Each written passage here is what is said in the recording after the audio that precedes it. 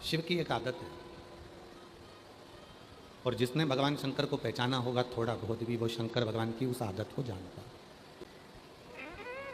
छठे दिन की कथा है, 1 मिनट भी तुम्हारी ध्यान कथा से ना हटे। कहते हैं आज कथा की शिवरात्रि है, और श्रावण महीने के अंदर जब हम कथा की शिवरात्रि मना रहे हों तो ज़रूर मेरा देव अधिदेव महादेव अगर इस बरसते पानी में आपको बिठाया है, बुलाया है, तो कुछ ना कुछ देने के लिए ही बुलाया। मेरे भोले बाबा जब किसी को देना प्रारंभ करते हैं, मेरे ओघड़दानी, मेरे शंभु, मेरे त्रिकालदर्शी, कैलाशी, अविनाशी शंकर जब किसी को देना प्रारंभ करते हैं, पहले उसके जितने ईर्ष्यालु हैं, जितने ईर्ष्यालु, जितना उसका बुरा सोचने वाले हैं, समझने वाले हैं, उनको दूर हटा देते हैं। 2 शब्द हैं, एक शब्द है प्रेम, दूसरा शब्द है भ्रम। एक प्रेम रूपी शब्द है, दूसरा भ्रम रूपी शब्द। प्रेम का काम है जोड़ना और भ्रम का काम है दूर हटाना। शिव कथा कहती है प्रेम और भ्रम, ये 2 शब्द हैं। जिसने अपने जीवन में प्रेम को पकड़ लिया, प्रेम देना प्रारंभ कर दिया, प्रेम परोसना प्रारंभ कर दिया, समझ लो उसकी जिंदगी में सब उसके हो। शिव महापुराण क्या दिए, क्या प्रदान कर दिया? शिव महापुराण ने अगर दिया तो केवल प्रेम दिया। अगर प्रेम नहीं होता तो लोग आज कीचड़ में, इतनी तेज बारिश में, इतने बरसते हुए पानी में, कोई अपनी दुकान, कोई अपना घर, कोई अपना मकान छोड़कर नहीं आता। ये प्रेम जोड़ने का काम करता है और भ्रम तोड़ने का काम। जिसने शिव जी को जान लिया तो समझ लो उसने शिव से प्रेम कर लिया, और जिसने शिव से प्रेम कर लिया समझ लो वो शिव से जुड़ गया। और जिसकी बुद्धि में भ्रम आया, वो, कई लोग कहते हैं ईश्वर नहीं है, कोई कहता है राम केवल कथा है, कोई कहता है कृष्ण केवल दर्शन है, कोई कहता है शिव केवल जल चढ़ाओ, दूध चढ़ाओ। दुनिया के लोगों ने केवल यहीं तक पकड़ कर रखा। जो दुनिया के लोग कहते हैं कि ईश्वर नहीं है, ईश्वर को हम मानते नहीं हैं, उनको एक बार इस व्यासपीठ पे जो पत्र भेजे जाते हैं, वो पत्र में एड्रेस भी लिखा रहता है और मोबाइल नंबर भी लिखा रहता है। इन सारे पत्रों को ले जाके उसके घर पर डाल देना चाहिए और कहना चाहिए इन सबको फ़ोन लगा कर पूछ कि मेरे देव अधिदेव महादेव छप्पर फाड़ कर देते हैं कि नहीं। और जब तक विश्वास दृढ़ नहीं होता तब तक परमात्मा करीब नहीं होता। तो किससे जोड़ा? एक बार विजया ने, पार्वती जी की एक सहेली है विजया, जिसको विजयेश्वरी भी कहते हैं।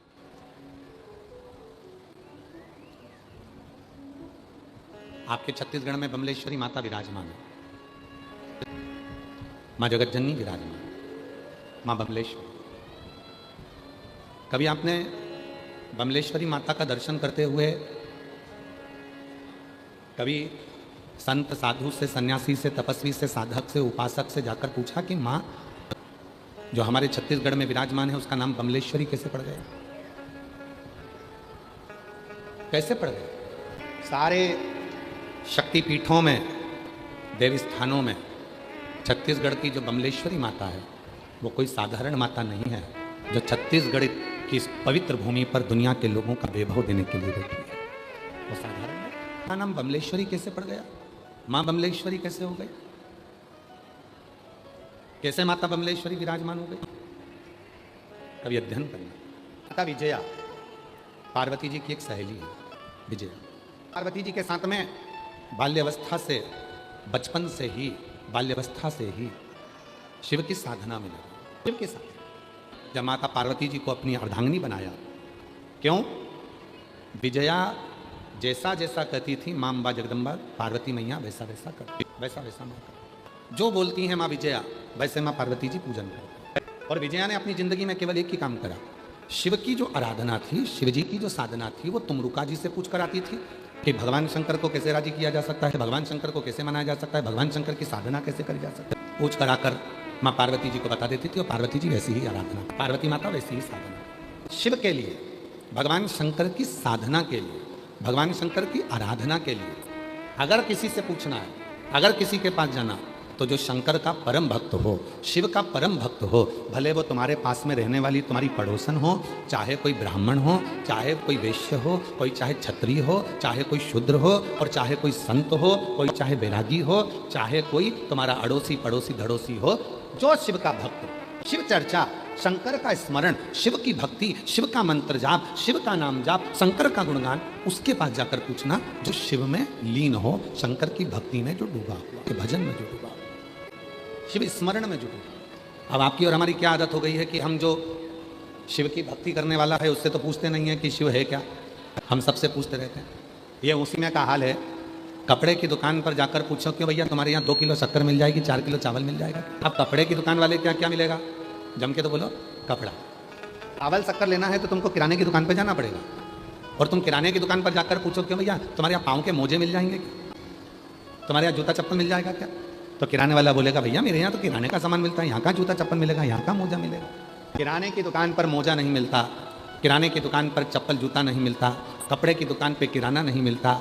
फ्रिज कूलर की दुकान पर जाकर पूछोगे कि भैया तुम्हारे यहाँ सुई मिलेगी क्या, हमको कपड़ा सिलना है तो सुई मिल जाएगी क्या, धागा मिल जाएगा, तो वो कह देगा हमारे यहाँ नहीं मिलता। शंकर जी के बारे में किससे पूछने जा रहे हैं, जिसको शंकर जी के बारे में मालूम ही नहीं है। हम शिव जी का ज्ञान किससे लेने जा रहे हैं, जिसको शिव जी का ज्ञान ही नहीं है। हम शिव जी का गुणगान किसके पास कर बैठ रहे हैं, जिसको शिव का गुणगान ही नहीं मालूम। हम उससे पूछ रहे हैं क्यों शिव जी के इस व्रत का क्या महत्व है, पशुपति व्रत का क्या महत्व है, अष्टमी का क्या महत्व है। कपड़े की दुकान पर चावल लेने जा रहे हैं और चावल की दुकान पर मोजे खरीदने जा रहे हैं, तो हमको वो प्राप्त नहीं होगा।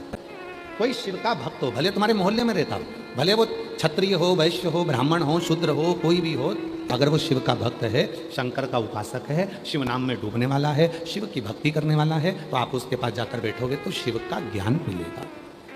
और कोई ऐसा है जो शिव को जानता ही नहीं है और तुम उसके पास चले गए और जाकर कहा बाबा जी हमको बता दो शिव के बारे में, तो बाबा जी तो फिर उल्टा सीधा ज्ञान देंगे। शिव नहीं, जिसकी वाणी नहीं है, जो गूंगा है, उसने गुलाब जामुन खा ली और गुलाब जामुन खाने के बाद तुम उससे स्वाद पूछो, जिसकी वाणी नहीं है, जो बोल नहीं सकता, क्यों साहब गुलाब जामुन कैसी बनी, अब उसकी वाणी नहीं है, गूंगा है, बोल नहीं सकता, तो वो गुलाब जामुन का स्वाद कैसे बताएगा। बस इतना कहेगा अच्छी है, बोल तो सकता नहीं है, आवाज़ तो निकलेगी नहीं, बोलेगा, बस इशारा कर देगा अच्छी, स्वाद नहीं बता पाएगा। फिर किसी ने कहा गूंगे से, जिसकी आवाज़ नहीं है, वाणी नहीं है, उससे कहा साहब गुलाब जामुन कैसी बनी है, तो उसने इशारा कर। पर कोई पास में खड़ा होगा और उसने गुलाब जामुन खाई होगी और वो बोल सकता है, तो वो कह देगा गुलाब जामुन में इलायची का स्वाद आ रहा था, मावे की गुलाब जामुन इतनी सॉफ्ट बनी थी, चाशनी में मज़ा आ गया, गुलाब जामुन खाने में आनंद आ गया, गुलाब जामुन इतनी जोरदार थी, पूरी चाशनी में तरबतर थी, एकदम बढ़िया थी। जिसने गुलाब जामुन खाई वो स्वाद बता रहा, और जो गुलाब जामुन तो खा लिया पर मुख से बोल नहीं सकता, वो स्वाद नहीं बता सकता। उसी तरह जो शिव का भक्त होता है, जैसे मेरी ये जीजियाँ बैठी हैं लाखों की संख्या में, जैसे मेरे जीजा बेटे हैं लाखों की संख्या में, जैसे मेरी बेटियाँ बैठी हैं, मेरे बेटा बेटे हैं, मेरे बुजुर्ग माँ बाप बैठे हैं, मेरे बुजुर्ग माता पिता बैठे हैं, आप सब लाखों की संख्या में बैठे हो, तो आप जब कथा सुनकर जाते हो और कोई तुमसे पूछे साहब कथा में गई थी क्या लाभ मिला, तो 3 महीने बाद तुम कह सकती हो कि मेरे बाबा ने मुझको ये दिया है, मैंने गुलाब जामुन खाई तो उसका स्वाद ये। एक पत्र में एक बहन जी ने लिखा, तो कोई एलईडी पर पढ़िएगा, आस्था चैनल पर पढ़िएगा, फेसबुक यूट्यूब पर पढ़िएगा, और पंडाल में जो एलईडियाँ लगी हैं उस पर भी पढ़िएगा। मेरा नाम शकुंतला पटेल है, मेरे पति का नाम जगदीश पटेल है, मेरा गांव सालत, जिला सारगढ़, बिलाईगढ़ है। मेरा मोबाइल नंबर ये है, कहीं बैठी हों हाथ हिला सकती हैं, और अगर आई हों तो बेलपत्र लेने के लिए आ सकती हैं। मेरा नाम शकुंतला पटेल है, मेरे पति का नाम जगदीश पटेल है, मेरा गाँव सालत, जिला सारगढ़, बिलाईगढ़ है, मेरा मोबाइल नंबर ये है। मेरी जेठानी की बहू का नाम श्रीमती पुनीमती प्रीति तेजराम श्रीवास, गांव घोड़ा घाटी के रहने वाले हैं। उनको 27 साल से औलाद का सुख नहीं मिला। कितने साल, जम के बोलो, इस पत्र में पढ़ो कितना लिखा है। आस्था चैनल वाले क्लोज करो जरा, पास में करो उसको, कितना लिखा है, 27 साल से औलाद का सुख नहीं मिला। फिर मैंने उन्हें कोकड़ी की कथा सुनाने के लिए ले गई, और कोकड़ी में आपकी कथा चल रही थी, उसको सुनाने के लिए ले गई। बाबा वहाँ की मिट्टी को मैंने गर्भ से लगाया और पशुपति व्रत करवाया। सफ़ेद आंकड़े की जड़ को तुमरुका जी का नाम लेके, सफ़ेद आंकड़े की जड़ को तुमरुका जी का नाम लेके बांधी। उसके 3 महीने के बाद गर्भ तो ठहर गया, लेकिन 4 महीने के बाद बच्चा फिर नहीं बच पाया। फिर अंदर से मेरी वो बहू टूट गई। हम दोनों बड़े दुखी हुए। विचार करा कि अब सियोर वाला बाबा जहाँ कथा कहेगा हम वहाँ जाएंगे और वहाँ की मिट्टी को गर्भ से लगाएंगे। वापिस पुनः मेरी बहू कथा सुनने के लिए सीहोर चली गई। कंकर शंकर की पूजन करी, रुद्राक्ष लिया, पशुपति व्रत किया, वहाँ की मिट्टी गर्भ से लगाई और बाबा की ऐसी कृपा हुई 16 सितंबर 2024 को मेरी बहू के यहाँ 27 साल के बाद पुत्र रत्न की प्राप्ति हुई। एक पत्र और है, बड़ा सुंदर है, देखिए। मेरा नाम सोनिया निषाद है, मैं फौजी नगर भिलाई में रहती हूँ। कहीं बैठी हो?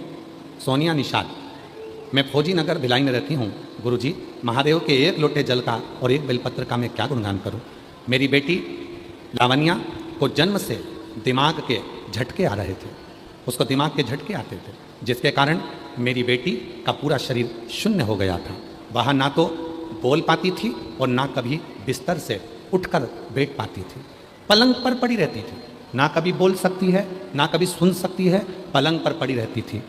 गुरुदेव, 8 साल हो गए, बेटी पलंग से नहीं उठी, ना बोली ना चली, केवल पलंग पर पड़ी रहती थी। गुरुजी, ऐसा कोई डॉक्टर नहीं जिनको हमने ना दिखाया, सब दूर इलाज करवाया, आखिरी में डॉक्टर ने भी कह दिया कि इसको दिमाग के झटके आते रहेंगे और ये कभी चल नहीं पाएगी ना बोल पाएगी। गुरुजी, 2020 में पहली बार 2020 में आपकी कथा पहली बार सुनी।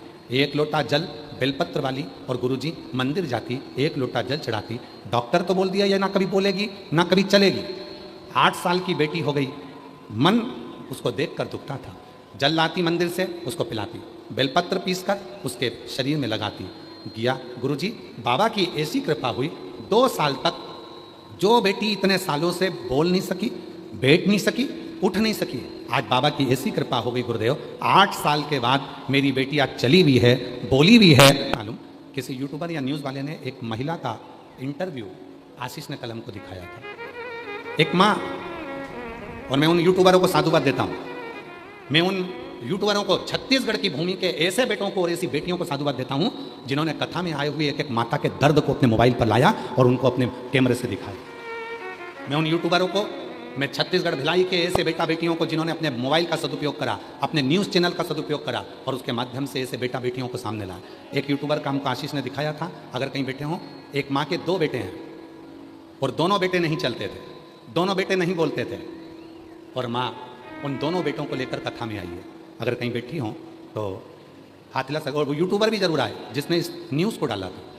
उसने पूछा, माँ तुम इन दोनों लड़कों को लेके क्यों आई? ये मेरा लड़का ये भी नहीं बोलता ना चलता, और ये लड़का भी बोलता ना चलता। सारे डॉक्टरों ने मना कर दिया था, ये चलेगा नहीं, बोलेगा नहीं। तब शिव जी पे चढ़ाना जल चालू करा और वो पानी को पिलाना चालू करा, और आज मेरे दोनों बच्चे यहाँ इतनी देर तक खड़े हैं और चल रहे हैं। ये शिव की कृपा। शिवरात्रि है, भगवान पूरी परीक्षा लेगा, खूब धड़ धड़ा के गिराएगा और खूब खूब कृपा करेगा। पर इतना भी याद रखना, जितना बरसाएगा उतना मेरा भोलानाथ भी तुम पर कृपा बरसाएगा। दोनों बरसेंगे यार, वो भी बरसेगा और ये भी बरसेगा, दोनों बरसेगा। आए हो, खाली नहीं जाओ, डार भर कर। 27 साल बाद औलाद दे सकता है। मेरी जितनी जीजियां बैठी हैं, ईमानदारी से बोले, इतनी 27 साल तक आस लगी रहती है क्या कि औलाद हो जाएगी 27 साल में? अब 27 साल बाद जो दे रहा है, इतनी कृपा कर रहा है, तो क्या वो साधारण होगा? शिव पुराण करे विजया पार्वती जी की सहेली, बोल बमलेश्वरी माता की। पार्वती जी की सहेली, पार्वती जी की सहेली है विजया। और विजया माँ पार्वती जी की सहेली होकर तुमरुका जी से पूछती है कि तुमरुका, शिव को अपना बनाना है, शिव को अपना बनाना है, क्या करना होगा?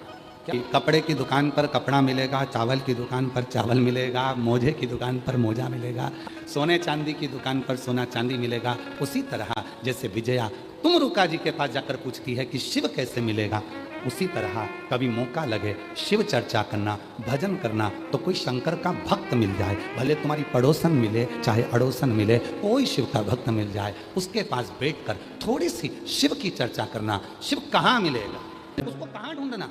कहीं नहीं जाना ढूंढने के लिए, किसी के पास नहीं जाना ढूंढने के लिए। अपनी अड़ोसन, अपनी पड़ोसन, पीछे वाली धड़ोसन, कोई रिश्तेदार, कोई नातेदार, कोई कुटुंबी, कोई पहचान वाला तुम्हारा ऐसा हो जो शंकर में उसका दिल लगता हो, शिव में उसका मन लगता हो, शंकर में उसकी रुचि हो, तो उसके पास 2 मिनट के लिए जाकर बैठना और शिव की चर्चा करना। बस उसी क्षण मेरे शंकर की कृपा बरसना प्रारंभ। मंदिर में, देवालय में मिले देवालय में, ट्रेन में मिले तो ट्रेन में, बस में मिले तो बस में, गाड़ी में मिले तो गाड़ी में, रोड पे मिले तो रोड पर, मॉल में मिले तो मॉल में, जहां मिल जाए 2 मिनट का सत्संग। शिव के भक्त को ढूंढने के लिए आंखों का इलाज करवाना पड़ेगा। सब लोग ऑपरेशन कराने के लिए तैयार हो जाए। शिव के भक्त को ढूंढने के लिए ऑपरेशन कराना जरूरी है अपनी। और ऑपरेशन में चश्मा नहीं लगाएंगे, लेंस लगाएंगे। कोई तुमसे पूछे कहाँ गई थी तो कह देना ऑपरेशन कराने गई थी। काहे का? तो क्या आँख का। कहाँ? तो कहना जयंती स्टेडियम। तो वहाँ नेत्र शिविर किसने लगाया? तो क्या बोलबम समिति ने, और वो अध्यक्ष ना दया सिंह जी, उन्हीं ने वहाँ पर बोलबम समिति और अध्यक्ष दया सिंह जी ने वहाँ पर नेत्र शिविर लगाया। नेत्र शिविर लगाया। और ये नेत्र शिविर क्या करता है? तो कहा ये वो नेत्र शिविर है जो एक बार शिव महापुराण की कथा में आ जाता है। और दया सिंह जी ये नेत्र शिविर तो तीसरी बार लग गया आपका। साधुता है आपको बहुत। नेत्र शिविर में नेत्र का ऑपरेशन होगा पर चश्मा नहीं, लेंस लगाया जाएगा। और जो एक बार शिव महापुराण की कथा में आ जाता है उसकी आंख में वो लेंस लग जाता है जिसमें कोई बुराई नहीं दिखती, सब में अच्छाइयां नजर आना चालू हो जाती है और शिव दिखने लगता है। शिव महापुराण की कथा में जो रोड पर बैठे छाता लगा लगा कर, बरसते हुए पानी में जो रोडों पर बैठे हुए दरी बिछाकर, आसन लगाकर, छाता लगा लगा कर, एक एक रोड पर बैठे हुए व्यक्ति से पूछा जाए क्यों साहब तुम्हारे घर में इतनी जगह है? क्यों साहब गाड़ी में इतनी जगह है? क्यों साहब तुम्हारे घर में इतनी सारी जगह है तो तुम रोड पे क्यों बैठे हो? छाता लगा कर क्यों बैठे हो? वो एक ही जवाब देगा, मेरे आंखों का इलाज हो गया है, अब मुझे हर एक में शिव नजर आता है, कोई दूसरा दिखता ही नहीं। और जब ये शिव की भक्ति का रोग लग जाता है फिर दूसरा कुछ आता है। जिसके नेत्रों में रोग लग गया काम का तो उसको सब काम ही दिखेंगे, हर एक में कामता नजर आएगी। लोभ का लग गया तो लोभ ही दिखेंगे, वासना का लग गया तो वासना ही दिखेंगे, और भगवान की भक्ति का रोग लग गया तो हर एक में शिव ही नजर आएगा, कोई दूसरा नहीं। श्री शिवाय लग गया है। इस साल सुनकर जा रहे हो, ऐसी बीमारी है शिव पुराण की, इस साल सुनकर जा रहे हो, 3 महीने में मेरा बाबा तुम्हारा ऐसा इलाज करेगा, जो मांगा वो दे देगा। अगले साल फिर बीमारी लेने के लिए यहाँ जाओगे कि मेरे शिव की कथा से। जयंती स्टेडियम भी सोचता होगा मैं कभी नहीं भरा था, केवल एक ही बार भरा था। क्या है बाबा जी? जयंती स्टेडियम भी सोचता होगा मैं कभी ना भरा था पर एक ही बार भरा था, और भरा था भी तो शिव भक्तों से भरा था, शिव भक्ति से भरा था, और किसी की सामर्थ्यता नहीं। इसमें सियोर वाला बाबा नहीं, सियोर वाला महाराज नहीं, इसमें सबसे ज्यादा जरूरी है आपके भीतर बैठा हुआ शिव, इसको भरने के लिए। देवघर कौन कौन गया है? हाथ उठा जो लोग देवघर की कावड़ भर के आए, या देवघर में कभी कावड़ भरने गए, हाथ उठाओ जरा। हाँ हाँ दिख रहा है, दिख रहा है, ठीक है, उठाओ जरा हाथ उठाओ जो देवघर की कावड़ भरे। हाँ ठीक है, कावड़ भरने गए थे, आपका नाम बिमला होगा, कमला होगा, राजू होगा, ये होगा, कमलेश होगा, नितिन होगा, नवीन होगा, ऐसे नाम तुम्हारे होंगे। पर ईमानदारी से बोलना, जो कावड़ यात्री देवघर में चलता है उसको नाम लेकर कोई पुकारता है क्या? क्या बोलते हैं? बम। क्या बोलते हैं? बम। बम कहाँ से आए हो? छत्तीसगढ़ से। बम कहाँ से आए हो? भिलाई से। बम कहाँ से आए हो? हम राजनांदगांव से। बम कहाँ से आए हो? हम यहाँ से आए। मैं तुम्हारा नाम नहीं चलता।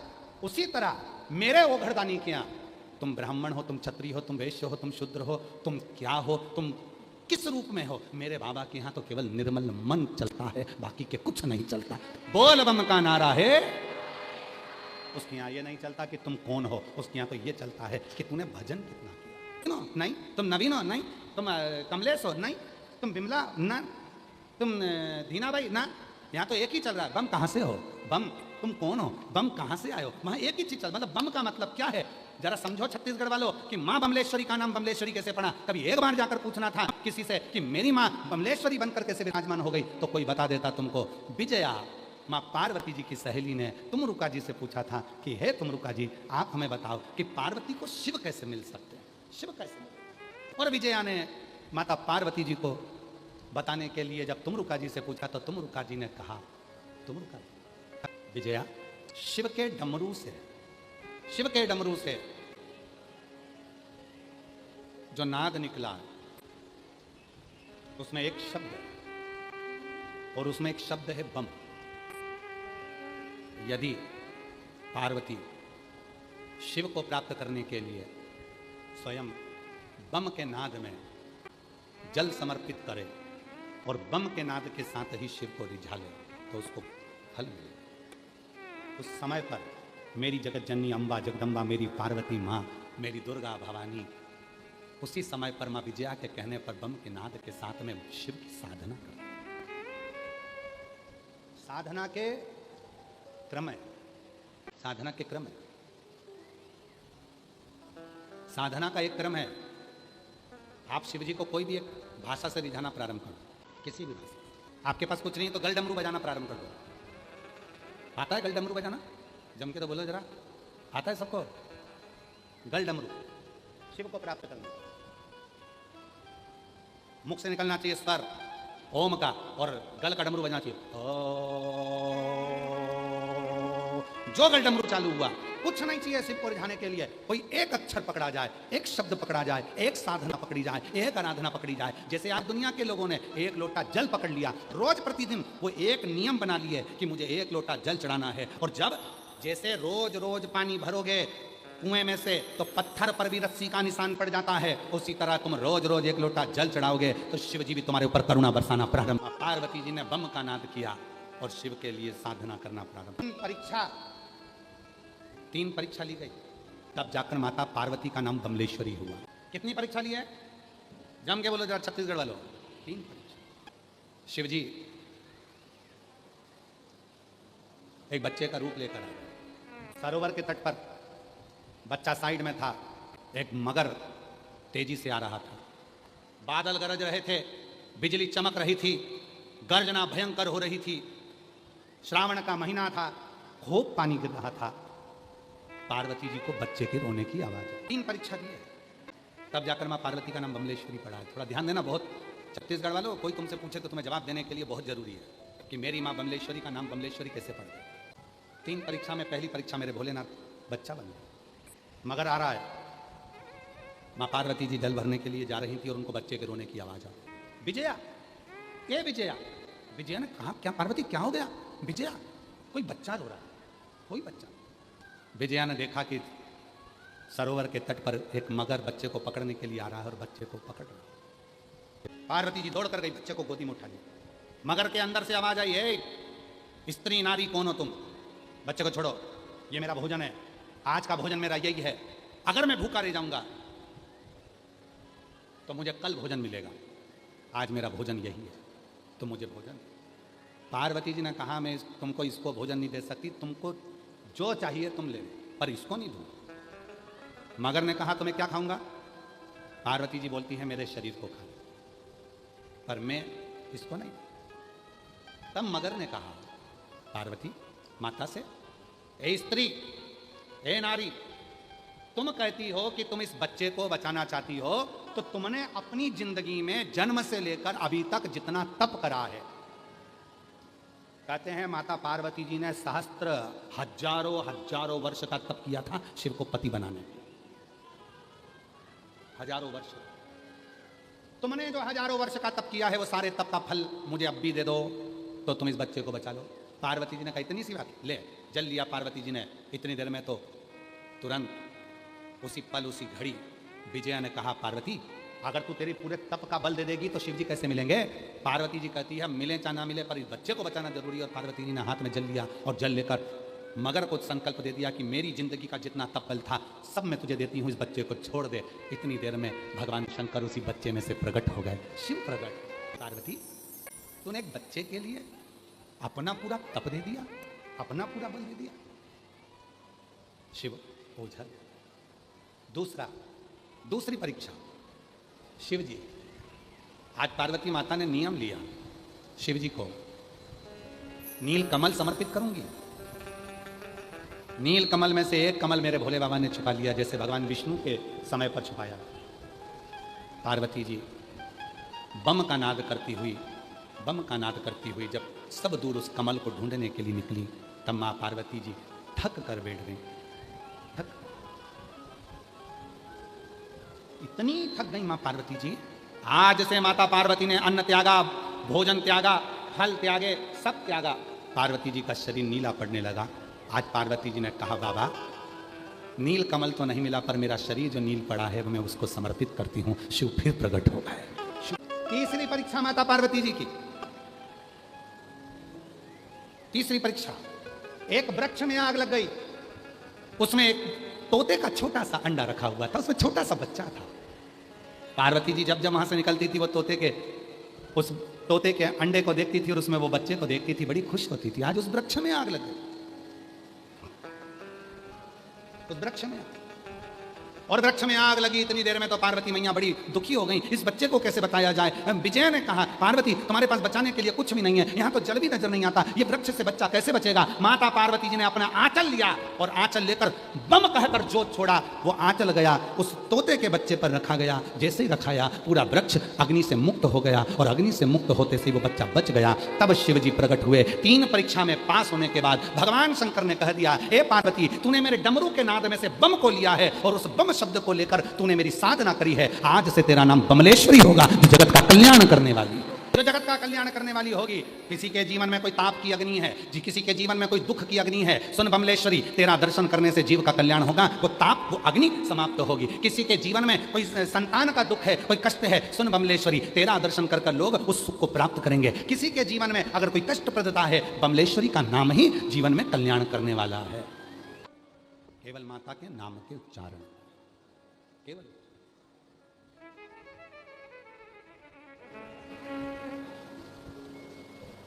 एक भाव माता के नाम के उच्चारण में। एक बार सब लोग साथ में बोलेंगे, बोल बमलेश्वरी माता की जय। एक भाव माँ के उच्चारण ही किसी का नाम नहीं पड़ जाता। आप लोग जो बैठे हो ना, जितने भी, चाहे हम हो चाहे आप हो, आप लोगों का नाम अगर आपके माता पिता ने कुछ रखा है तो वो सोच समझ के ही रखा होगा, सोच समझ के ही रखा होगा, वो ऐसे ही नहीं रख दिया होगा। कोई का नाम अगर विमल रखा है, कमलेश रखा है, विमला रखा है, सीताल रखा है, शांति रखा है, कुछ भी रखा जो उन्होंने सोच के आपके गुण के अनुकूल। शिव के केवल मंत्र उच्चारण में, नाम उच्चारण में कितना बल है। एक शब्द को, बम शब्द को पकड़ा तो आज तक देवघर में भी अगर कोई कावड़िया निकल कर जाता है तो उसको क्या कहते हैं, बम। सीहोर में अगर कोई कावड़ यात्री कावड़ भरने आता है तो उसको कहते हैं बम। हरिद्वार में कोई नीलकंठ का कावड़ लेकर जा रहा है उसको कहा जाता है बम, उसको केवल बम कहा जाता है। बम मतलब डमरू के जो नाद हुआ है, उस नाद में से एक शब्द निकला है, वो शब्द ही है। तो जितने पंडाल वाले, जितने बाहर खड़े छाता पकड़ कर खड़े, जितने जहां है, सब बोलिए बोल बम का नारा है। सारी समस्या का हल श्री शिवाय। सहजता से शिव कथा कह रही है। एक बार मां पार्वती जी ने शिव जी के नेत्रों को बंद किया। बंद करते से ही एक अश्रु निकला, जिस अश्रु से बालक का जन्म हुआ। जो बालक माता पार्वती जी ने गोदी में लिया उसका नाम अंधकासुर। शिव जी ने कहा, पार्वती इस बालक को तू ले जाकर समुद्र में फेंक दे। पार्वती जी ने मना किया। कितना सुंदर कहा है। एक होता है कुएं का जल, एक होता है बावड़ी का जल, एक होता है खड्डे का जल, एक होता है बारिश का जल, एक होता है नदी का जल, एक होता है सरोवर का जल, एक होता है गटर का जल, एक होता है पंप का जल, एक होता है समुद्र का जल। शिव महापुराण की कथा कहती है इन सभी जलों में श्रेष्ठ जल कौन सा है, अच्छा जल किसको माना जाएगा। तो कहा सर्वश्रेष्ठ अगर कोई जल है तो वो समुद्र का जल। तो कहा समुद्र का जल तो खारा होता है तो वो श्रेष्ठ कैसे हो गया। तो कहा सच बोलने वाला हमेशा बुरा होता है, इसलिए समुद्र के जल को श्रेष्ठ माना।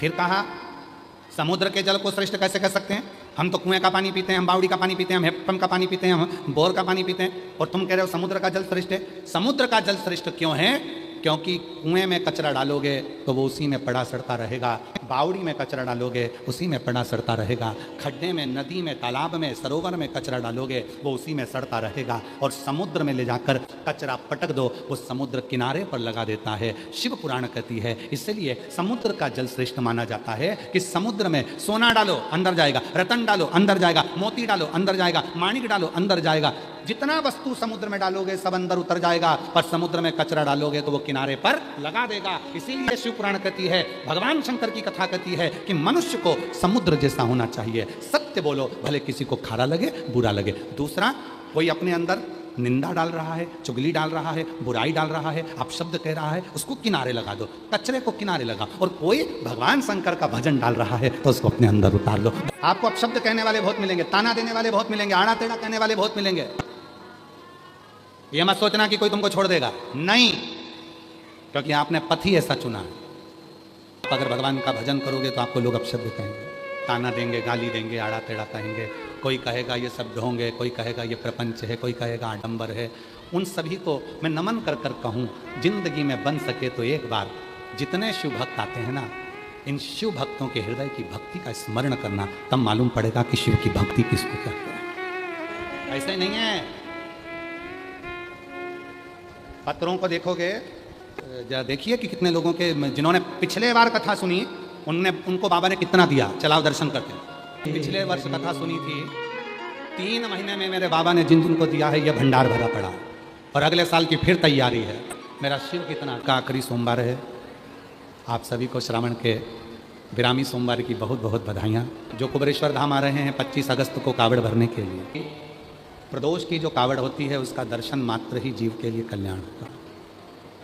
तो जो मेरी जीजियाँ, जो मेरे जीजा, मेरी बेटियाँ, मेरे बेटा, मेरे बुजुर्ग माता पिता, जो भी भाव के साथ जो कावड़ भरने के लिए, प्रदोष की कावड़, कामना कावड़, जिसको लोग हृदय से भरते हैं, माँ सीवन का जल लेते हैं, 11 किलोमीटर तक बोल बम बोलते हुए सुबह 9 बजे वो कावड़ सीहोर माँ सीवन के तट से प्रारंभ हो जाएगी। 25 अगस्त को 11 किलोमीटर पैदल पैदल चलते हुए बाबा के धाम में जाकर जल समर्पित करेंगे।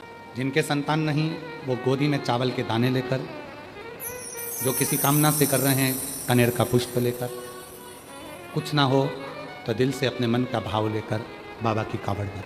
25 अगस्त को कावड़ रहेगी सीहोर की। 28 अगस्त को रक्षाबंधन है। मेरी सभी बहनों को कुबेरेश्वर बाबा की इस पवित्र भूमि के भाई की ओर से सभी जीजियों को रक्षाबंधन की बहुत बहुत बधाई। फिर 11 सितंबर से 17 सितंबर तक उचाहार रायबरेली उत्तर प्रदेश में कथा रहेगी। बड़े प्रेम से कथा का लाभ उचाहार उत्तर प्रदेश की पवित्र भूमि पर 1 बजे से 4 बजे तक रहेगी। ऐसी कथाओं के अनेक क्रम हैं। चिरंजीवी राघव जी मिश्रा जी की कथा, जो पुत्र हैं राघव जी मिश्रा, चिरंजीवी राघव मिश्रा जी की कथा 1 सितंबर से 5 सितंबर तक सोनकच्छ मध्य प्रदेश, अनाज मंडी 1 बजे से 4 बजे तक सोनकच्छ की भूमि।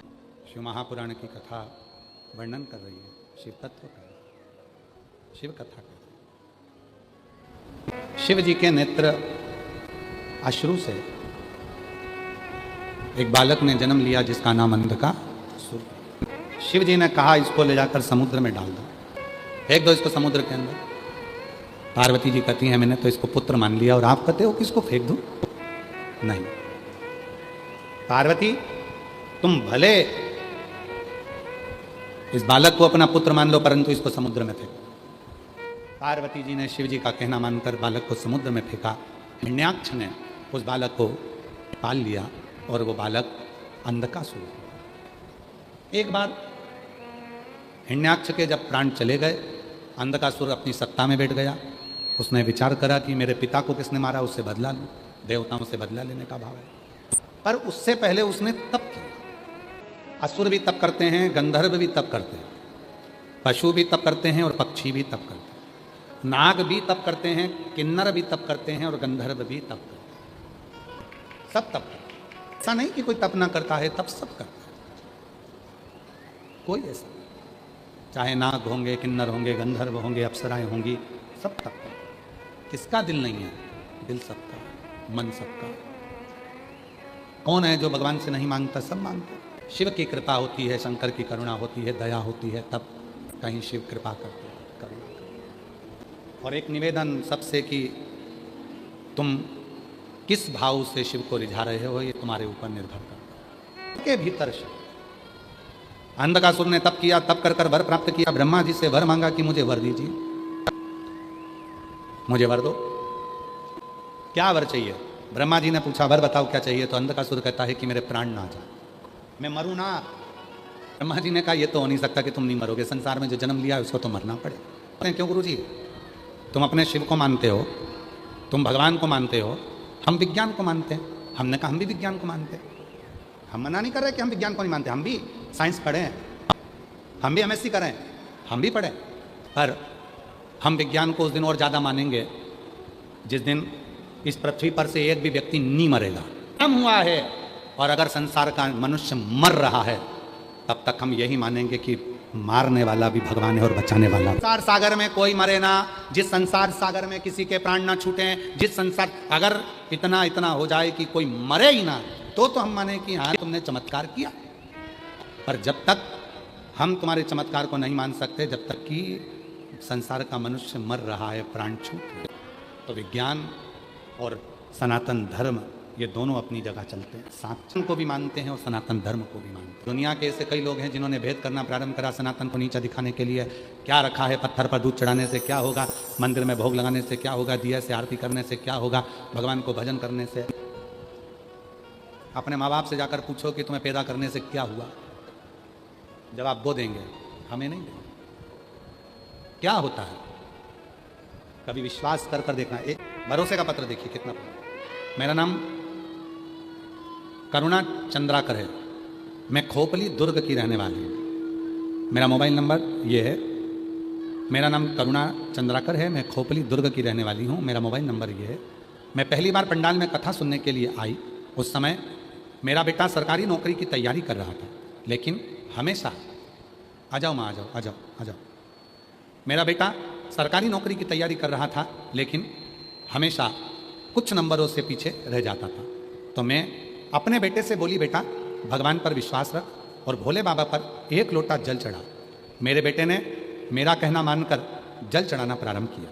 पहले तो मेरा लड़का बोला, क्या माँ जल चढ़ाने से क्या नौकरी लग सकती है? मैंने अपने बेटे से कहा, सीहोर वाला बाबा कहता है कि अपनी मेहनत को 4 गुना करो, रात दिन पढ़ो, पूरी मेहनत करो और शिव जी पर एक बेलपत्र पर शहद लगाकर और शंकर जी को जल चढ़ाना प्रारंभ करो। मेरे बेटे ने वही किया। आज मैं धन्यवाद देती हूँ गुरुदेव, आज मेरे बेटे का पुलिस में, छत्तीसगढ़ पुलिस में सिलेक्शन हो गया। मैं बाबा को यहाँ धन्यवाद देने के लिए, और तो और गुरुदेव मैं बाबा को इसलिए धन्यवाद देने के लिए आई हूँ कि मेरे बेटे की बाबा ने सुनी, उसने मेहनत करी, परिश्रम किया, साथ में शिव पर भरोसा करा, तो आज मेरा बेटा इसी पंडाल में ड्यूटी भी दे रहा है। मैं बाबा को यहाँ प्रणाम करने के लिए। मेरा नाम करुणा चंद्राकर है, मैं खोपली दुर्ग की रहने वाली हूँ। एक श्रीमती सावित्री साहू है, मेरे पति का नाम रेखराज साहू है। हम दुंगदेही जिला धमतरी की रहने वाले हैं। कहीं बैठे हों तो आ सकते हैं। मेरे भोले बाबा का महिमा का क्या वर्णन करूं गुरुदेव। मेरी शादी को 7 साल हो गए थे, संतान का सुख नहीं था, सारे डॉक्टरों का इलाज करवाया, तब आखिरी में सीहोर गई और सीहोर में जाकर प्रदोष के दिन पति और पत्नी दोनों ने मिलकर कावड़ चढ़ाई और बाबा कुबरेश्वर महादेव से प्रार्थना करी और शिव जी की कृपा से हमारे यहाँ 3 महीने भी नहीं हुए और बाबा की कृपा से मेरे यहाँ संतान की प्राप्ति हुई। 20/1/2025 को मेरे घर में बेटे ने जन्म लिया, जिसका नाम हमने शिवांश रखा है। साहू है, मैं रायपुर बीर गांव की रहने वाली हूँ।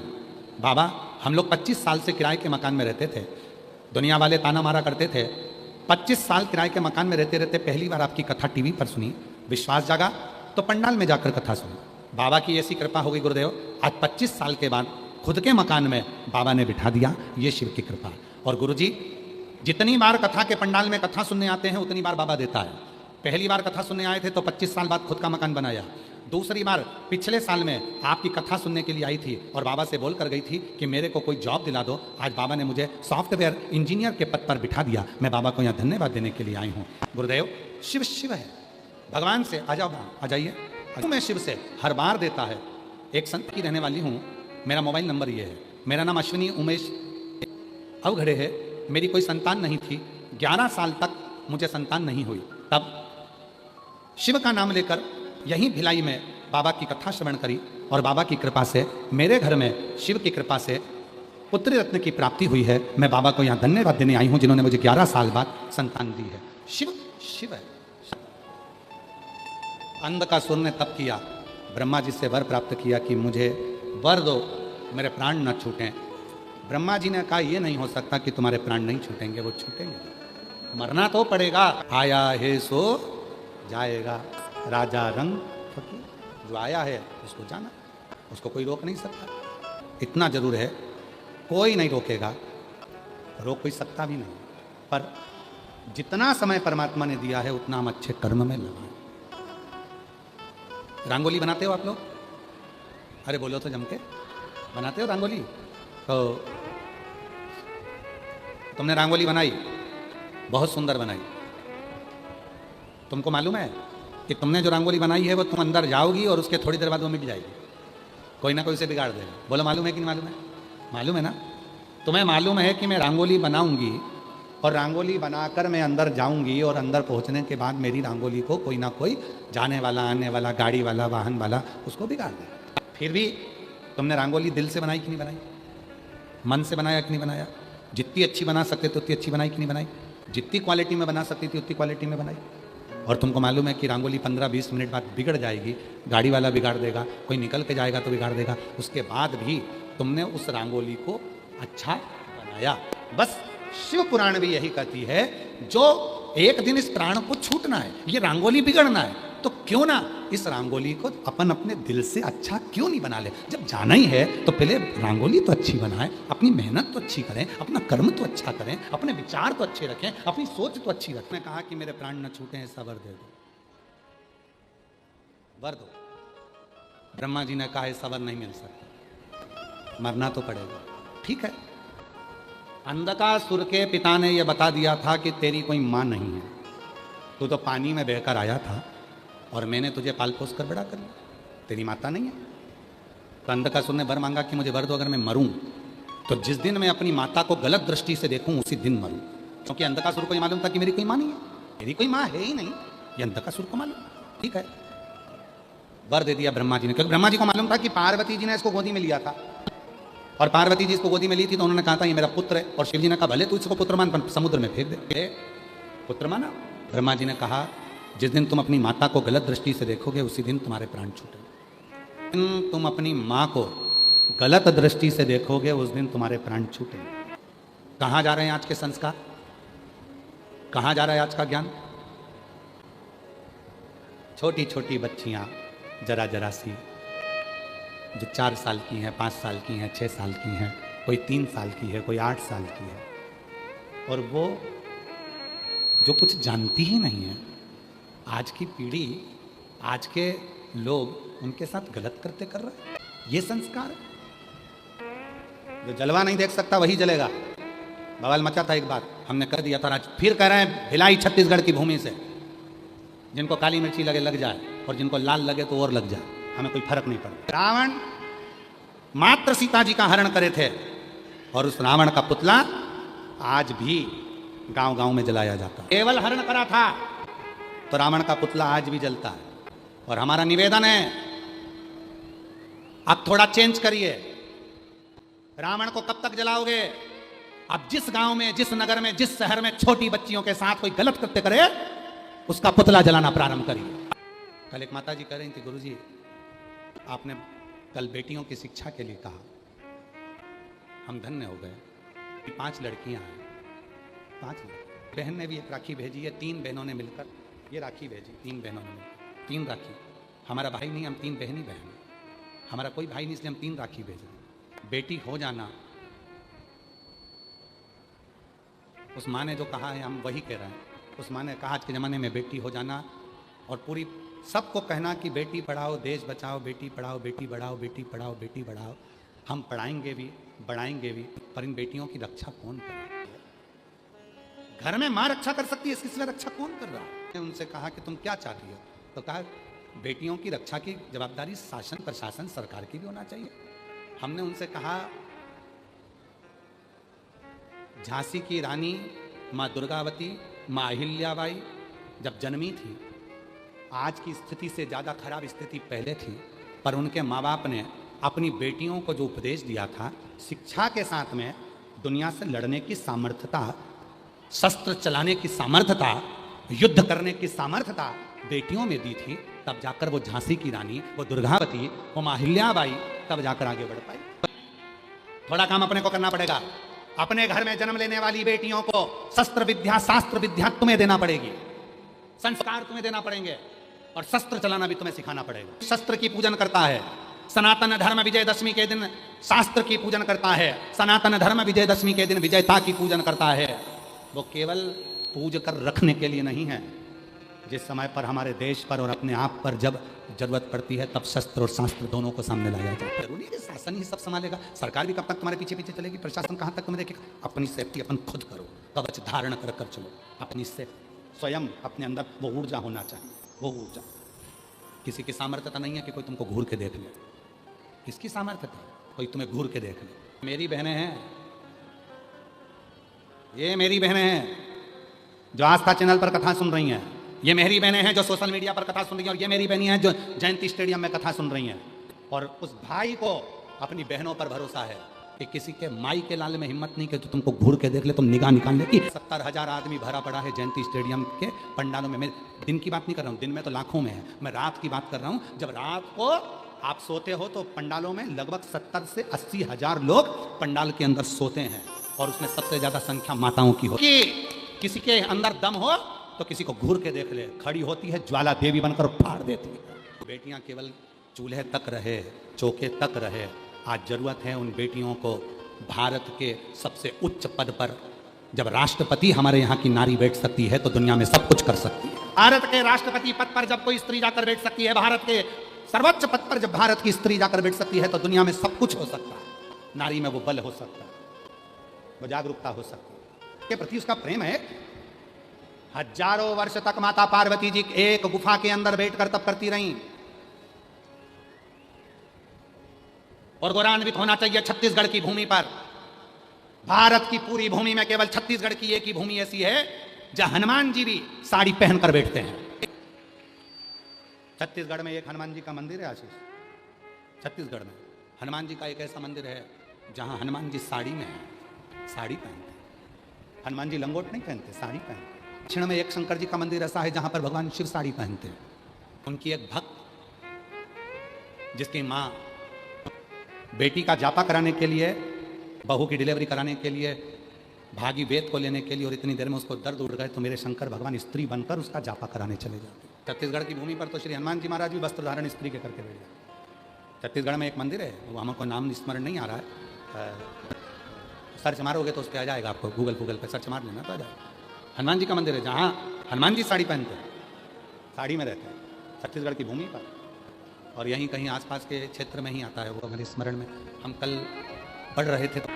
वो हनुमान जी हैं यहाँ पर छत्तीसगढ़ में, गिरजाबंद हनुमान जी रतनपुर में विराजमान है, जहाँ वो साड़ी पहनकर रहते हैं। रतनपुर में जो साड़ी पहनकर, जिससे आप लोग जो बाबा से प्रार्थना करना चूक गए होंगे वो इस बहाने बाबा से प्रार्थना कर लेंगे। मान लो आस्था चैनल पर यदि लाइव कट भी जाए तो हमारे सोशल मीडिया पंडित प्रदीप मिश्रा यूट्यूब चैनल और आस्था का जो सोशल मीडिया है दोनों पर चलेगा। मान लो टीवी पर अगर कथा कट जाए तो आप लोग हमारे मोबाइल पर सोशल मीडिया पंडित प्रदीप मिश्रा के यूट्यूब चैनल पर देख सकते हैं और मोबाइल पर इस कथा का स्मरण कर सकते हैं। अगर मान लो कटता है तो आप लोग अंधकासुर एक बार माता पार्वती जी को गलत भाव से देखी, और गलत दृष्टि से जब अंधकासुर ने देखा तब माता को क्रोध आया। शिव जी ने काल भैरव को भेजा, और काल भैरव को भेजकर भगवान शंकर ने अंधकासुर का संहार किया। ध्यान देना, अपने कर्म ऐसे मत करना कि एक दिन ऐसा आए कि पूरा घर ही नष्ट हो जाए। थे कि दूसरों की हिम्मत बढ़ाते थे। पहले के लोग ऐसे होते थे जो दूसरे की हिम्मत बढ़ाते थे, हौसला बढ़ाते थे। आज के लोग ऐसे होते हैं कि लोगों का ब्लड प्रेशर और शुगर बढ़ा देते। पहले के लोग हिम्मत बढ़ाते थे, पहले के लोग मिलते थे तो हौसला बढ़ाते थे, पर आज का व्यक्ति जब मिलता है तो ब्लड प्रेशर बढ़ा देता है, शुगर बढ़ा देता है, ना जाने कहाँ कहाँ की बात करेगा, कैसी कैसी करेगा, किस किस की करेगा कि व्यक्ति की संतुलन खो। अंधकासुर का अंत हुआ, और जो अंधकासुर के प्राण छूट गए, देवताओं ने पुष्पों की वृष्टि कर दी, गंधर्व गान कर दी, अप्सरा नृत्य करी, चारों तरफ सुख था, पर माँ की आंख में आंसू था। मैंने इसको पुत्र माना था और ये गलत निकला, प्राण चले गए। आगे समय आया, माता पार्वती जी स्नान को गई थी, तो जो बालक उत्पन्न हुआ था श्री गणेश, उनका मंगल विवाह हो रहा है। भगवान श्री गणेश जी महाराज पधार रहे हैं, जोरदार ताली बजाकर स्वागत। गणेश जी के गले में माँ रिद्धि सिद्धि जयमाला दे रही हैं, जोरदार।